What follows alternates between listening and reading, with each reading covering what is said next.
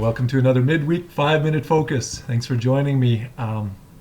With Easter fresh on my mind, I wanted to share a few of my thoughts from the guards, the soldiers, the Easter story. I've been reading through it and I've been noticing some of the highlights and some of the disappointments in the lives of these guards.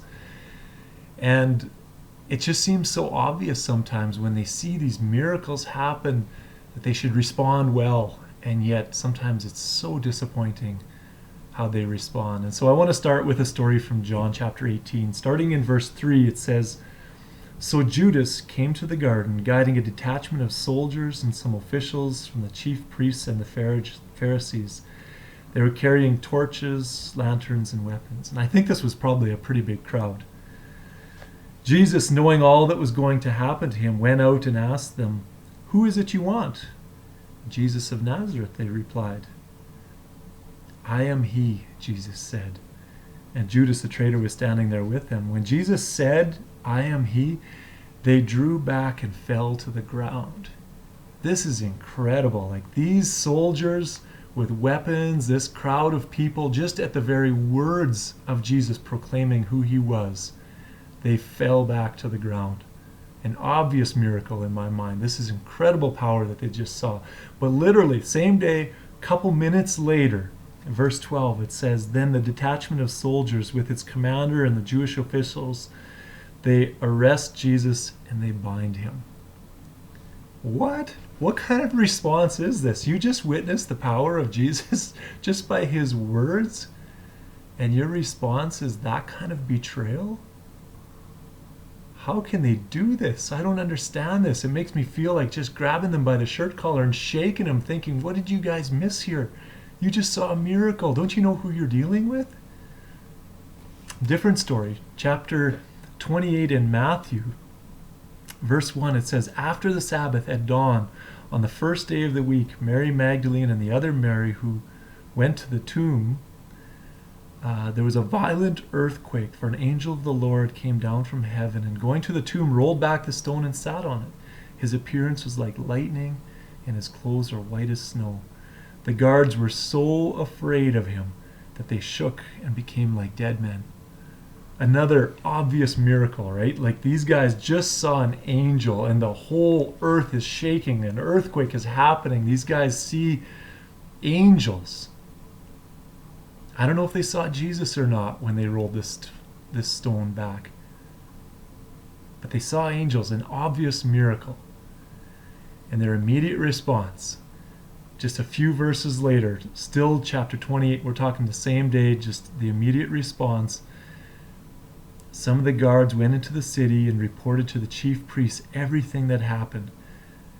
When the chief priests met with the elders and devised a plan, they gave the soldiers a large sum of money, telling them, "You're to say, 'His disciples came during the night and stole him away while we were sleeping.' If this report gets to the governor, we'll satisfy him and keep you out of trouble." So the soldiers took the money and did as they were instructed. What kind of response is this? This is so disappointing. These guys see a miracle. They see the empty tomb, they see angels, and this is the response that they have. Again, you just feel like shaking these guys and wondering, what are you guys thinking? And then I'm reminded that God actually puts these stories in the Bible all over the place. And I think that God puts these stories in the Bible so that we look at them almost like a mirror. When we look at these, we see ourselves. And we see how quick we are to praise God. But when maybe the heat gets turned up a little bit in life and the pressure is on, just as quickly we can disappoint God, betray him even. I can be so excited about the resurrection of Jesus and celebrate Easter, but how long does it take for me to disappoint him and betray him? Or when we look at the people around us and we think, oh man, why don't you get it? Like, what did you just see there? You saw a miracle, and you see the gospel message, and we see them and the response that they have. And sometimes we have no idea what they're going through, the circumstances of their life. We don't understand. And I'm reminded of the words of Jesus when he's in the garden praying just before his crucifixion, just before his arrest. He's in the garden praying in Matthew 26, and he says to his disciples to pray with him, and he says, "Watch and pray so that you will not fall into temptation.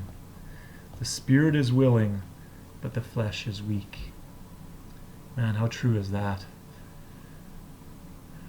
We can celebrate and we can be so excited for what we see in the life of Jesus and in the Gospels and what's going on around us, and it doesn't take us very long sometimes in our days to completely disappoint and even betray Jesus.